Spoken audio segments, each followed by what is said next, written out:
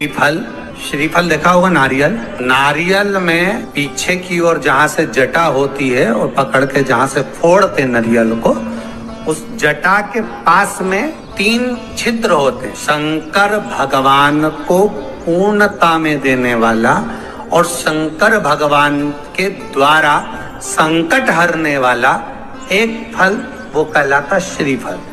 उस श्रीफल में, उस फल में, उस नारियल में 3 नेत्र होते हैं। नारियल का जहाँ जटा होती है, जहाँ से पकड़कर फोड़ते हैं, उसके उधर देखेंगे 3 नेत्र मिलेंगे, 3 छिद्र मिलेंगे। वो 3 चक्षु हैं। शंकर के 3 नेत्र हैं। और कितना सुंदर लिखा है महाराज। स्कंद पुराण के अंतर्गत वर्णन किया है, भविष्य पुराण के अंतर्गत स्मरण किया है। जितने भाई बहन सुन रहे हैं बड़े ध्यान से सुनना महाराज। श्रीफल जो नारियल आप कलश पे रखते हो, जो नारियल आप मंदिर में ले जाते हो, पूजन करते हो, तो 3 चक्षु नारियल, 3 नेत्र वाला नारियल, अर्थात नारियल की जहाँ जटा होती है वहां उसके 3 नेत्र होते हैं। तो हमारा शिव पुराण कहती है, स्कंद पुराण कह रही है, तो उसको शुक्रवार पड़े। तो शुक्रवार वाले दिन उस नारियल को एक बेलपत्री के साथ में महाराज अंदर तिजोरी में या अलमारी में, या आपकी जहाँ बरकत होती है, दुकान का जहाँ व्यापार व्यवसाय चलता है, अलमारी होती है या गुल्लक होती है या तिजोरी होती है या अलमारी होती है, उसमें उसको रख दिया जाता है। उसको रखने के बाद में दूसरा दिन और शनिवार के दिन उसको निकाल लो, और निकालने के बाद उसको पूरे घर में घुमाने के बाद में श्री गणेश जी के मंदिर में, जो भी तुम्हारे घर में, तुम्हारे गांव में, तुम्हारे नगर में जो गणेश जी का मंदिर हो, उस मंदिर में ले जाकर उसको रखी आई। वहां से मात्र 1 दुर्बा लेकर आई, गणेश जी महाराज की चढ़ी हुई केवल 1 दुर्बा। और उस दुर्बा को दरवाजे की देहली पर छुलाकर उस दुर्बा को अपनी अलमारी में, अपनी तिजोरी में उसी दिन रख दो जिस दिन लेकर आए महाराज। कभी जिंदगी में लक्ष्मी की कमी नहीं आ सकती। कहते हैं जिसका व्यापार ना चले, व्यवसाय ना चल रहा हो, बहुत ज्यादा कष्ट में जीवन निकल रहा हो और बहुत ही ज्यादा तकलीफ हो रही हो, तो धतूरे को हल्दी में डुबोकर शंकर भगवान को 12 बजे समर्पित करें। उस धतूरे को वापस उठा लाएं 5-10 मिनट के बाद, श्री शिवाय नमस्तुभ्यम बोलकर लाल कपड़े में उसको बांधकर व्यापार वाली जगह में कहीं पर भी उसको बांध दिया जाए। व्यापार पीछे नहीं हटता, व्यापार अग्रण्य भाव में बढ़ता चले जाता है महाराज। हल्दी में डुबोना पड़ता है। यही प्रमाण एक क्रम में और है महाराज। लिंग पुराण कहती है, मान लो किसी व्यक्ति को कोई एक भारी बीमारी हो गई, बड़ा रोग हो गया, और वो रोग डॉक्टर कह रहा है कि ये ठीक नहीं होना है, बहुत तकलीफ उसमें है और कष्ट ही कष्ट है, वो ठीक नहीं हो रहा, दवाइयां लग रही, गोलियां खा रहे हैं। तो महाराज उसका भी वर्णन है। 7 धतूरे, कितने धतूरे लेना है? 7 धतूरे। 7 धतूरे लेकर, 1 धतूरे में मूली, लच्छा, नाड़ा लपेट कर, चंद्रमौली भगवान का स्मरण कर कर उस मौली को लपेट कर, 6 धतूरे में हल्दी लगाकर शंकर भगवान की जो जलाधारी है, जलाधारी में आपको पहले भी वर्णन किया है, शंकर भगवान का ये शिवलिंग है, ये जलाधारी है, ये भगवान का जल निकलने का स्रोत, चरणारविंद का भाव। शिवलिंग जहाँ रखा हुआ है, ये पार्वती जी का हस्त कमल है। जो ये गोल भाग है, ये पार्वती का हस्त कमल है, जहाँ शिवलिंग रखा है। जहाँ से जल नीचे गिरता है, उसके सीधे भाग में श्री गणेश जी महाराज का स्थान है, उसके उल्टे भाग में श्री कार्तिकेय जी का स्थान है। जलाधारी के सामने एक मोटी सी लाइन होती है, कहीं सांप बना होता है, कहीं स्थान बना होता है। जो मोटी सी लाइन है, ये शंकर भगवान की सबसे छोटी लड़की अशोक सुंदरी का स्थान है। जलाधारी के ऊपर जो 3 टेकी लगी है, ये भृगु ऋषि का, भृंगी गण का स्थान है।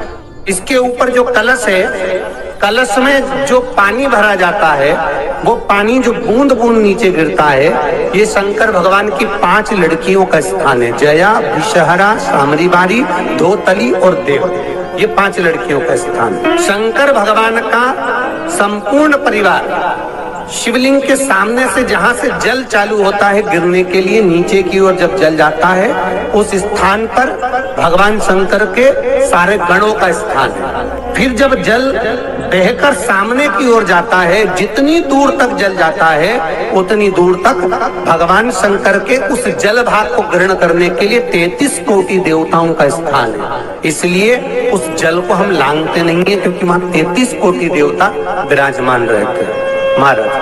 तो जो बीमारी डॉक्टर ने बता दी और बहुत बड़ा रोग हो गया और शरीर में कष्ट है, ठीक नहीं हो रहा, चाहे लीवर से जुड़ा हो, चाहे किडनी से जुड़ा हो, चाहे कैंसर से जुड़ा हो, और मान लो शरीर में कहीं गांठ भी हो गई है और वो मिटी नहीं रही हो, तो महाराज निवेदन है 7 धतूरे, एक धतूरे पर मोली लपेटकर वो शंकर जी के शिवलिंग के ऊपर चढ़ाना। 6 धतूरे, उसमें से एक धतूरा भगवान श्री गणेश जी का स्थान, दूसरा धतूरा श्री कार्तिकेय जी का स्थान, तीसरा धतूरा अशोक सुंदरी का स्थान।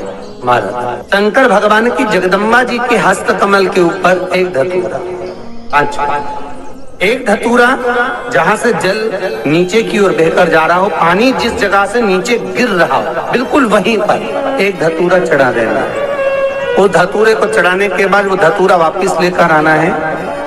अवधूतेश्वर महादेव का नाम लेकर या चंपेश्वर महादेव का नाम लेकर उस धतूरे को जो बीमार व्यक्ति है उसका स्पर्श कराकर बेलपत्री के पेड़ के नीचे पटकवा देना है महाराज। धीरे धीरे रोग में आराम मिलना प्रारंभ हो जाता है, औषधियां धीरे धीरे समाप्त हो जाती हैं और व्यक्ति स्वस्थ हो जाता है। आज भी नियम है, जिस लड़के लड़की का विवाह नहीं हो रहा हो, शादी नहीं हो रही हो, बहुत परेशान हो गए, कहीं मंगल है, कहीं राहु है, कहीं केतु है, कहीं कालसर्प दोष है, कहीं कुछ है, बच्चे बच्ची का विवाह नहीं हो रहा, बार बार देखने आते हैं पर विवाह पक्का नहीं होता, कुछ ना करिए, चंदन की 3 बिंदियां और उस अशोक सुंदरी के स्थान पर आप कर लगवा दीजिए और उसी 3 बिंदी में से थोड़ा थोड़ा सा चंदन जहां पर लड़का लड़की सोते हैं उस कमरे में लगवा दीजिए।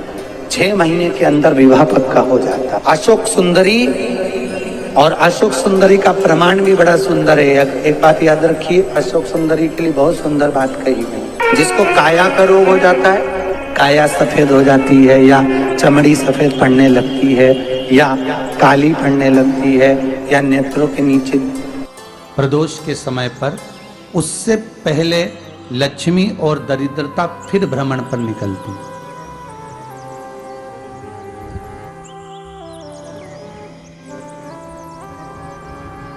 शिव भ्रमण कर कर जब वापिस आ जाते हैं, हिंदू धर्म में पीपल के वृक्ष की जो गणना बराह पुराण में करी गई है, 4 बजे से 7 बजे तक शिव के भ्रमण का समय बताया है शाम को। तो 7 बजे से लेकर फिर रात्रि 9 बजे तक लक्ष्मी और दरिद्रता फिर भ्रमण पर जाती है। इनका एक समय निश्चित है महाराज। भ्रमण कर कर आ जाना। अब इस बीच में जब लक्ष्मी और दरिद्रता दोनों निकल कर जा रही हैं तो दोनों एक भाव रख कर जाती हैं कि आज हमको कहां प्रवेश करना,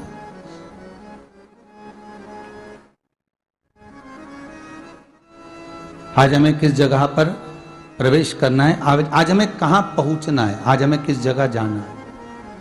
और जिस नगर में जिस मार्ग से लक्ष्मी और दरिद्रता निकल कर जाती है, ये दोनों का जब निकलना होता है, इनको स्थान दिया गया जहां पर स्वच्छता हो, घर के दरवाजे पर रंगोली डली हुई हो, द्वार पर जल छीटा गया हो। महाराज उस द्वार पर लक्ष्मी प्रवेश करती है तो दरिद्रता भी जाने लगती है अंदर। जब दरिद्रता अंदर जाने लगती है तो लक्ष्मी उसको रोक देती है, पहले मैं देखकर आती हूं कि तेरे लिए स्थान है कि नहीं, तू यहां रुक।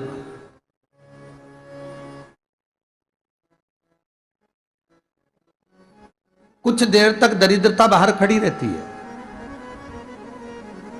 और लक्ष्मी जी की बड़ी बहन जब दरिद्रता बार बार अंदर जाने का प्रयास करती है तो लक्ष्मी जी कहती हैं, जीजी तू इतनी बड़ी होकर तुझे मालूम है तू तेरा सम्मान होना चाहिए, आदर होना चाहिए, और तू अंदर चली जा और कोई तेरा सम्मान ना करे तो कितना बुरा लगेगा, इसलिए तू बाहर खड़ी रहे, मैं अभी आई। अंदर जाती है और जब लक्ष्मी जी भ्रमण कर लेती हैं, अंदर प्रवेश कर कर आती हैं, और प्रवेश कर कर आती हैं तो दरिद्रता पूछती है चले अंदर। तो लक्ष्मी जी कहती हैं, तुझे मालूम नहीं है क्या जीजी कि जिस घर में मैं प्रवेश कर जाती हूं उस घर में फिर दरिद्रता नहीं जा सकती, क्योंकि ये तेरा वचन था, ये तेरा वचन था। अपन दोनों का जब मंगल विवाह हुआ था, मेरा विवाह जब नारायण के साथ में हुआ और तुम्हारा विवाह जब दुस्साह मुनि के साथ हुआ, दरिद्रता का विवाह दुस्साह मुनि के साथ हुआ, जब अपना दोनों का विवाह हुआ था तो अपन दोनों ने एक वादा करा था कि जिस घर में लक्ष्मी प्रवेश कर जाएगी उस दिन फिर दरिद्रता नहीं जाएगी, और जिस घर में दरिद्रता प्रवेश कर जाएगी उस घर में फिर लक्ष्मी नहीं जाएगी। अब जब मैं अंदर देख कर आ गई हूं तो तू अंदर नहीं जा सकती, अर्थात लक्ष्मी के चरण जिस घर में पड़ गए उस घर में फिर दरिद्रता प्रवेश नहीं कर रही। चलते चलते फिर दरिद्रता ने देखा और लक्ष्मी जी इसको लेकर गई, और लक्ष्मी जी ने देखा कि इसके दरवाजे पर जल नहीं छीटा गया, इसके दरवाजे पर ना रंगोली डली है, इसका द्वार साफ नहीं हुआ है, इसके द्वार पर दीप नहीं है, इसके द्वार पर कलश नहीं है, इसके दरवाजे पर ढेर सारा कचरा पड़ा हुआ है, कोई श्वान कोई कुत्ता गंदगी भी कर कर चला गया है, कहीं बिल्ली ने गंदगी कर रखी है, कहीं जीवों ने कुछ गंदा गिरा रखा है। तो फिर लक्ष्मी जी कहती है, जी जी अब मैं होकर आ गई थी ना, अब तू जा, तू होकर आ, और दरिद्रता प्रवेश करती है। तो अंदर जाकर क्या देखती है दरिद्रता कि इतनी सवेरे से मैं घूमने इनके दरवाजे पर आई और ये तो सब चादर तान के चकाचक गुर्राटा भर भर कर सो रहे हैं। तो दरिद्रता कह देती है, तुम्हारा भाग्य ही बेकार है, तुम्हें क्या करूं, तुम ऐसे ही सोते रहो। और दरिद्रता गुस्से में बाहर निकल कर आती है, लक्ष्मी से कहती है, लक्ष्मी तू इसके घर में जाना ही मत ही। तो दरिद्रता को कहती है, जीजी तेरी बात नहीं मानूंगी क्या मैं? लक्ष्मी जी बोली, मैं तेरी बात नहीं मानूंगी, बिल्कुल नहीं जाऊंगी इसके घर में, तू चिंता मत कर, चल आगे चले। फिर आगे बढ़े।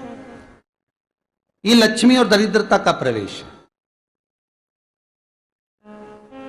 आपके घर का द्वार, आपके घर का दरवाजा। फिर निवेदन करूंगा एक बहुत सुंदर बात, हमें महाराष्ट्र से सीखना चाहिए, हमें साउथ से सीखना चाहिए, दक्षिण से। जिस समय पर भक्ति देवी यमुना जी के घाट पर रो रही थी अपने पुत्र ज्ञान और वैराग्य को गोदी में लेकर, समय देवऋषि नारद ने एक प्रश्न किया था कि तुम कहां पर पोषित हुई हो, तुम्हें ऊर्जा कहां से प्राप्त हुई? तो कहा, मैं गुजरात से तो चली हूं। और वहां से चलती चलती भक्ति देवी कहती है, मैं बहुत दुखी होकर, बूढ़ी होकर, द्रवित होकर, बड़ी दुख में वहां से चलते चलते जब मैं महाराष्ट्र में पहुंची तो मैंने वहां जाकर देखा कि वहां पर लोग हर पल हर घड़ी ब्रह्म मुहूर्त में उठकर स्मरण करते हैं, नाम जाप करते हैं और दरवाजे पर जल छीट कर रंगोली डालते हैं। तो कह रही है कि वहां पर मैं थोड़ी अवस्थावान होने लगी, वहां मुझे अच्छा लगने लगा।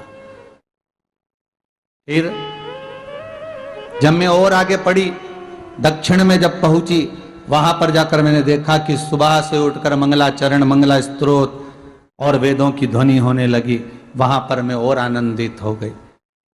हमें कुछ चीजें महाराष्ट्र से सीखना चाहिए कि वहां रहने वाले जो भगत हैं, वारकरी संप्रदाय के जो भक्त होते हैं, वैष्णव जो धर्म के भक्त होते हैं, उनका नियम है सवेरे के समय घर में पानी है कि नहीं है, पर जब भी वो घर का दरवाजे के बाहर थोड़ा ना थोड़ा पानी तो छींट ही देते हैं। और छींटने के बाद फिर वहां पर, अपने यहाँ तो दिवाली पर रंगोली बनती है जी, और वहां पर रोज की रंगोली बन जाती है कि कभी हो सकता है परमात्मा राह भूल कर हमारे घर में प्रवेश कर जाए, इसलिए वहां प्रतिदिन की रंगोली, प्रतिदिन।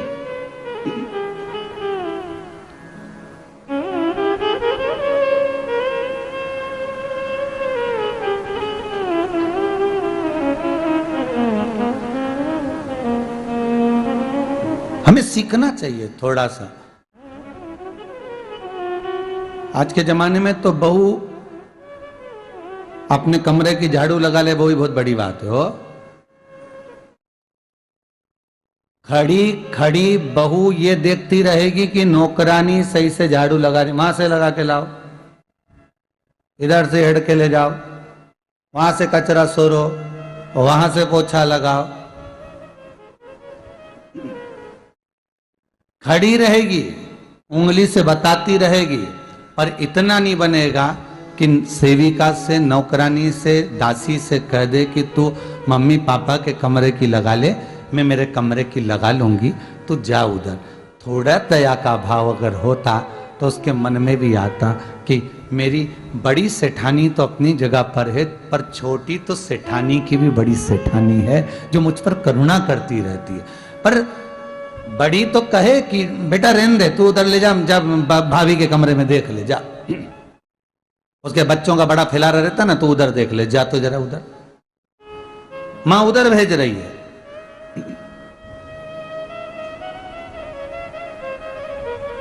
थोड़ा सेवा का भाव हमारे भीतर हो। और एक निवेदन तो हमेशा करा है और अब आज भी करता हूं, पूरे घर की सफाई करवाओ, पूरे घर में तुम पोछा झाड़ू जो चाहे करवाओ, मना नहीं है। पर एक निवेदन है, रसोई घर के अंदर बहू और बेटी ही जाकर भोजन बनाए तो अन्नपूर्णा सदा कृपा करती है।